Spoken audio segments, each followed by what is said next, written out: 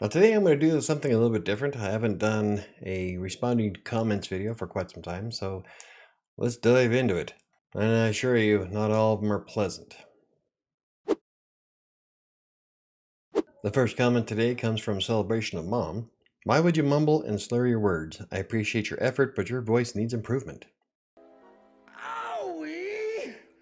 Well, first of all, my brain goes way too fast for my mouth to catch up, and sometimes I stumble through a lot of stuff, which is why there are a lot of jump cuts in my videos. Normally, I'm also quite a quiet person in real life, and so trying to speak a little bit louder so everybody can understand is often quite difficult for me.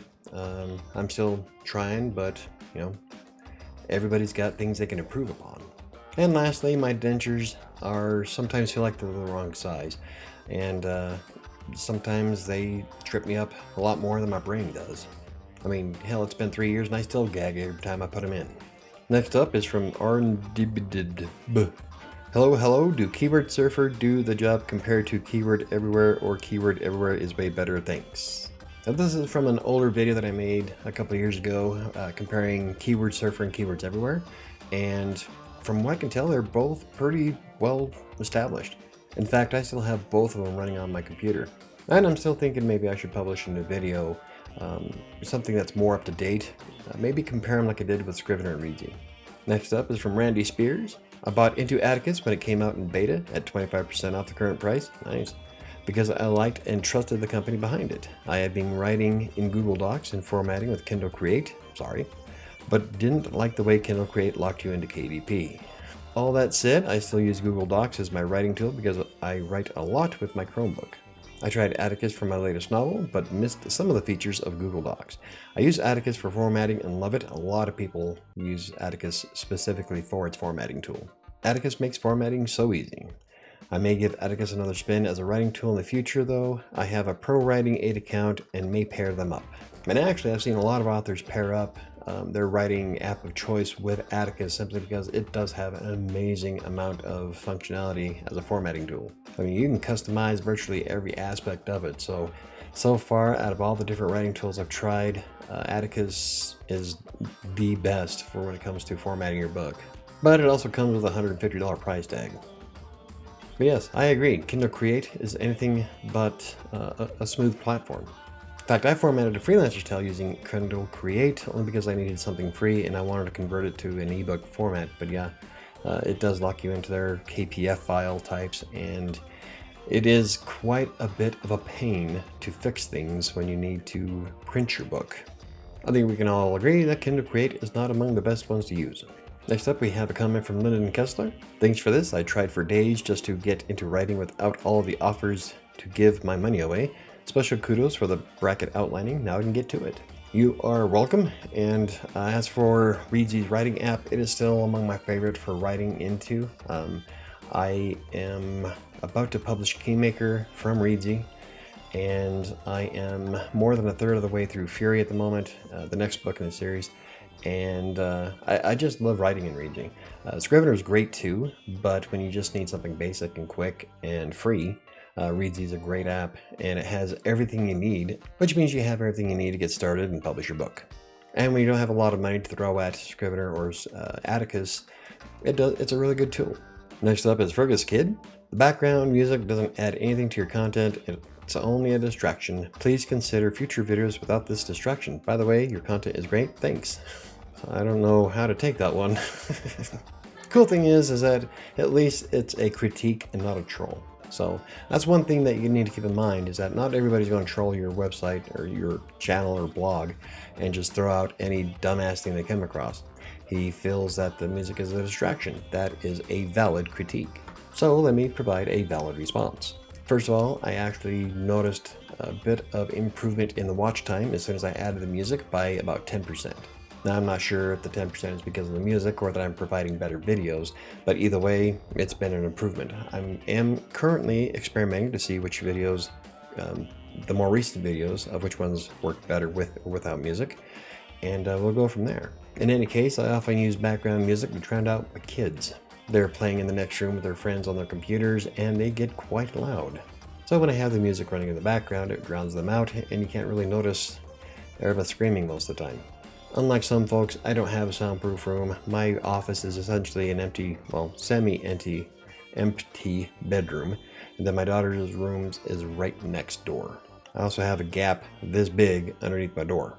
So a lot of sound does come into this office space, and with it being hollow and echoey, a lot of that music just bounces around and gets picked up really well with a microphone. So the background music solves a lot of that. Sometimes. The next comment comes from Aqua Libra. Finally taking the big step and embarking on making my book a reality.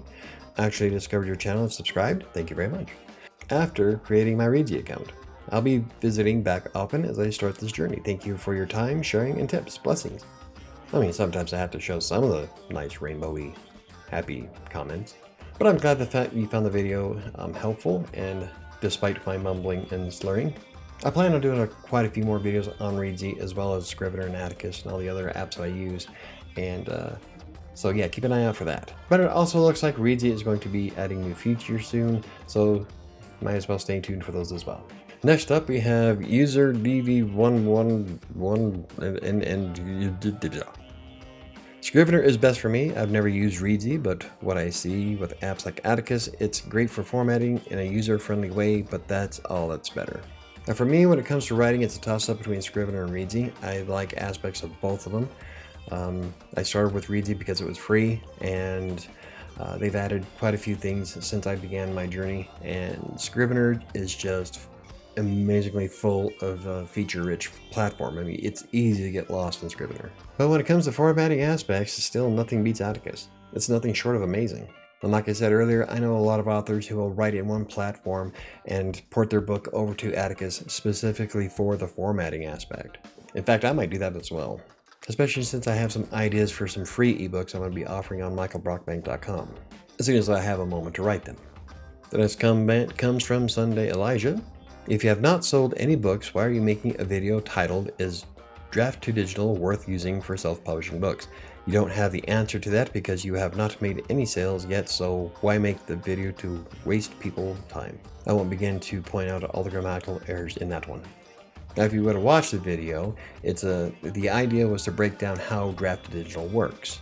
At that point, you would make up your own mind on whether you would want to use it or not. Now, if I remember right, I even told you that you need to market the page Draft to Digital provides you in the first place. And coincidentally, I still haven't made any sales from Draft to Digital. But like I said, I hardly market the damn thing. But that was the whole idea behind it. It wasn't to provide you a solid yes or no answer. It was more of getting your mind engaged into whether Draft to Digital would be a good system for you to use. I wanted to demonstrate how easy it was to set everything up and how you would have to actually market that page in order to make any sales. But if you want a marketing video, that's something completely different. But I guess maybe I failed on that one. The next comment comes from Emmanuel Nataf.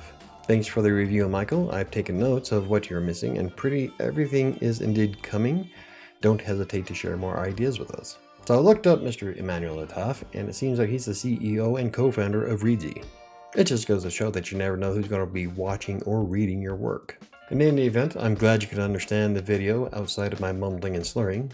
And if this account is truly the CEO of Reedsy, I'll be sure to share more insights about the platform in the coming months, because there's plenty that I have in my head. Not to mention, I'm pretty excited to see what you guys do with Reedsy, so there's going to be more Reedsy videos in the near future. Well, thank you very much, Emmanuel. It's appreciated. And I love how Reedsy has shown 2 of my videos on Twitter, so awesome. Despite the mumbling and slurring. The next comment comes from Joanna Cruz. What's the best way to learn Scrivener? Please don't say just start using it. I could never get familiar with it. Scrivener is a fairly difficult program to start using. It's not nearly as intuitive as something like Reedsy or even Atticus. However, Scrivener is so popular that there are tutorials all over the place for it. And yes, I do plan on creating a few tutorials for Scrivener myself on the YouTube channel and the blog. So I would suggest, for now, Google it, but hopefully I'll be able to create some tutorials that you'll watch. Insert shameless plug here. And the last comment comes from Neo Soul Writer, one of my regulars. Your tips were more productive than telling someone to drink. I still don't know what that means. Though I have given plenty of advice while being drunk. Now if you watch any of my Monday and Tuesday shows. Of course, I don't get ripped drunk, I just like to drink. But I do have to say that I don't think drinking is good for writer's block in general. I mean, sure, I have a small glass of Sambuca when I write at night, but getting too buzzed is it's a little bit counterproductive. I mean, then you wind up having to fix a bunch of mistakes the next morning. I've done that before. There we have it. Those are 11 of the more recent comments that I wanted to address. I thought would be kind of fun. If you have any questions, comments, or concerns regarding anything I create, you can always feel free to comment on the videos, any of my videos. Reach out through social media or use the contact form on WriterSanctuary.com's website. I won't simply put the nice and glowing comments to fill my heart with joy. Sometimes. So what I'm gonna do is piss and moan like an impotent jerk and then bend over and take it up the tailpipe! You've been here before, haven't you? I thought this was just a bit of a fun thing to do on a Thursday. So anywho, if you enjoyed the video, hit the like button. For more videos about self-publishing, freelance writing, blogging, or anything else I cover, hit the subscribe button. Don't forget to hit the notification bell. I'll try not to mumble and slur my words in the future. I'll see you next time.